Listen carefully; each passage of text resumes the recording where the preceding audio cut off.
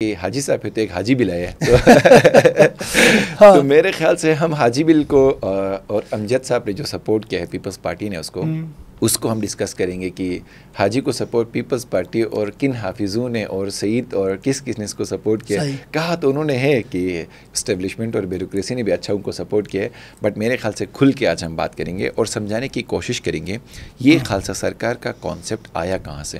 ہم تھوڑا سا پیچھے 1842 پہ جاتے ہیں تو وہاں سے آپ بتائیں نا کہ خالصہ سرکار کا کانسیپٹ آیا کہاں سے؟ دیکھیں، خالصہ سرکار کا جو لفظ ہم اکثر سن کے ہمارے کان پک گئے ہیں، لیکن ہے کیا؟ اس کا ایک پس منظر ہے۔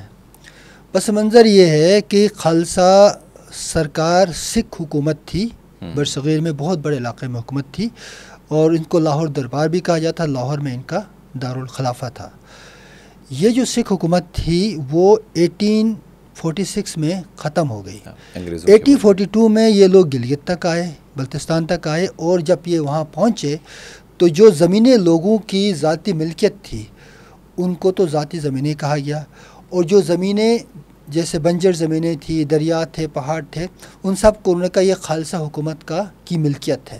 یعنی دو طرح کی زمینیں تھیں، ایک پرائیویٹ لینڈز جو لوگوں کی تھی، اور دوسری حکومتی زمینیں، سرکاری زمینیں جن کو خالصہ سرکار کہا گیا۔ یعنی خالصہ اس لیے کیونکہ خالصہ حکومت کی ملکیت ان کو ڈکلیئر کیا گیا، کیونکہ ایک فاتح حکومت تھی، انہوں نے آ کے علاقوں پہ قبضہ کیا اور کہا کہ یہ زمینیں ہماری ہیں۔ اچھا، 1842 میں یہ سب ہوا، اور 1846 میں اینگلو سکھ وار ہوا۔ اس جنگ میں خالصہ حکومت ختم ہو گئی، انگریزوں نے اس کو شکست دی۔ شکست دینے کے بعد معاہدہ امرتسر ہوا پنجاب میں، اس میں ان پر بھاری تاوان عائد کیا گیا۔ کرنے کے بعد ان کو کہا گیا کہ بھائی آپ نے اس جنگ کی انڈیمنٹی ہمیں پے کرنی ہے۔ تو مختصر یہ کہ وہ حکومت ختم ہو گئی، یعنی ایک ریاست ختم ہونے کے بعد اس ریاست کے مروجہ قوانین بھی ختم ہوتے ہیں۔ یہ دنیا کا اصول ہے نا، اگر ایک ریاست ہے تو قوانین بھی ہیں، اس ریاست کی عملداری جہاں تک ہوگی وہاں تک وہ قوانین کی عملداری بھی ہوگی۔